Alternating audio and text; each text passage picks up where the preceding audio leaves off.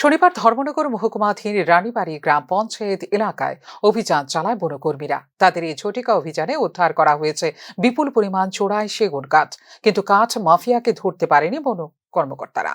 গোপন সূত্রে বন দপ্তরের কাছে খবর আসে, ভারত বাংলা ও ত্রিপুরা আসাম সীমান্তের রানীবাড়ি গ্রাম পঞ্চায়েতে ৪ নম্বর ওয়ার্ডের আব্দুল সত্তারের বাড়িতে মজুদ রয়েছে প্রচুর চোরাই কাঠ বলে জানিয়েছেন কদমতলা ফরেস্ট বিটের ইনচার্জ অভিজিৎ দাস। খবরের প্রেক্ষিতে এই অভিযানে ৭০ ফুট চোরাই কাঠ উদ্ধার হয়। তবে ঝটিকা অভিযানের আঁচ পেয়ে বাড়ি মালিক তথা কাঠ মাফিয়া গা ঢাকা দিতে সক্ষম হয় বলে জানিয়েছে পুলিশ। খবরের ভিত্তিতে আমরা রানীবাড়ি এলাকাতে একজন লোকের বাড়িতে গেছি। তো যাওয়ার পর এখান থেকে আমরা আনুমানিক ৭০ CFT আনুমানিক ৭০ থেকে ৮০ হাজার টাকা হইব।